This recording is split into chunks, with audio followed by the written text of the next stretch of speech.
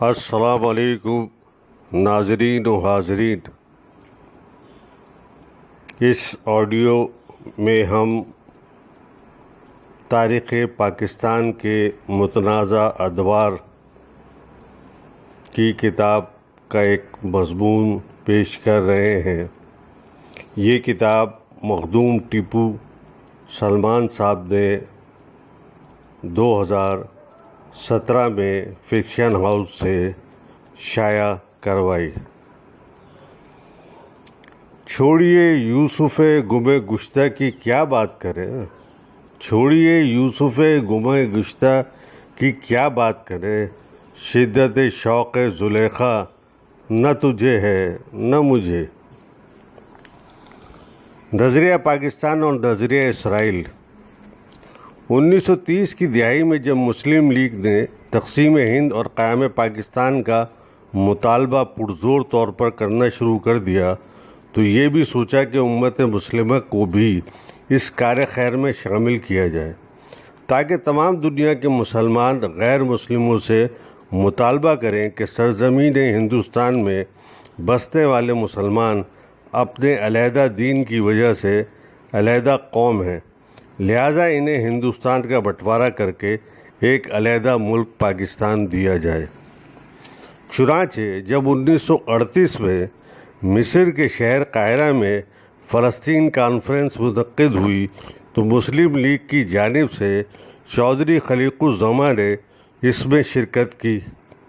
وہاں چودھری صاحب نے مختلف عرب مسلم لیڈروں سے قیام پاکستان کے حق میں بیان لینے کی کوشش کی، مگر ان سب نے صاف انکار کر دیا۔ ان سب کا کہنا تھا کہ مسلم لیگ تو وہی بات کر رہی ہے جو یہودی کرتے ہیں، یعنی مذہب کی بنیاد پر اور اس کی بنیاد پر علیحدہ ملک،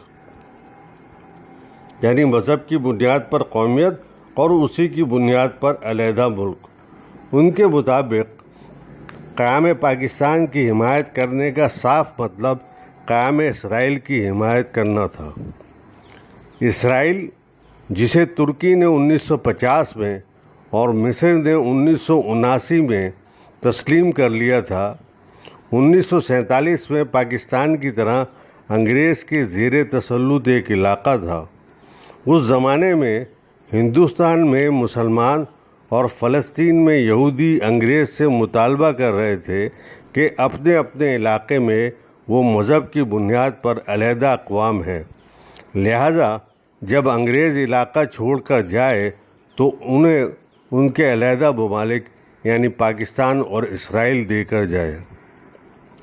ہندوستانی مسلمان کہتے تھے کہ وہ قریب 12 صدیاں پہلے ہندوستان پر حملہ آور ہوئے اور کوئی 700 سال یہاں کے مختلف علاقوں پر حکومت بھی کی۔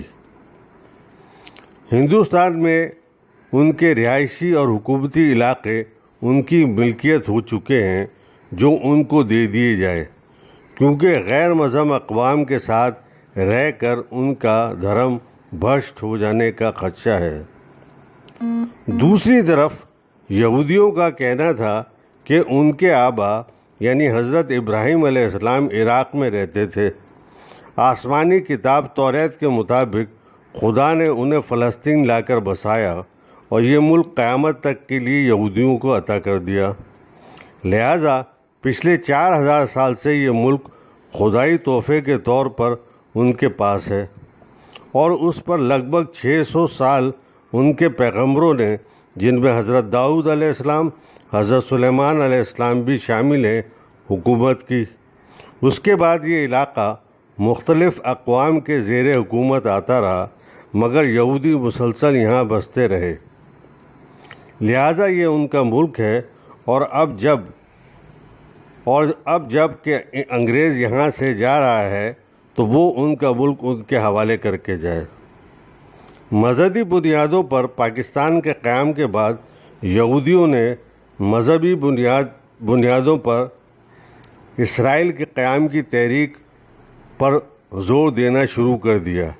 یہ معاملہ اقوام متحدہ میں پہنچا تو اسرائیل مخالف ممالک نے پاکستان کے مندوب سر ظفر اللہ کو اپنا لیڈر چنا، مگر ان کی ہر دلیل پر ان کے سامنے قیام پاکستان ہی کی مثال رکھی گئی، اور یوں نظریہ پاکستان کے فلسفے کی بنیاد پر 1948 میں اسرائیل بھی معرض وجود میں آ ہی گیا۔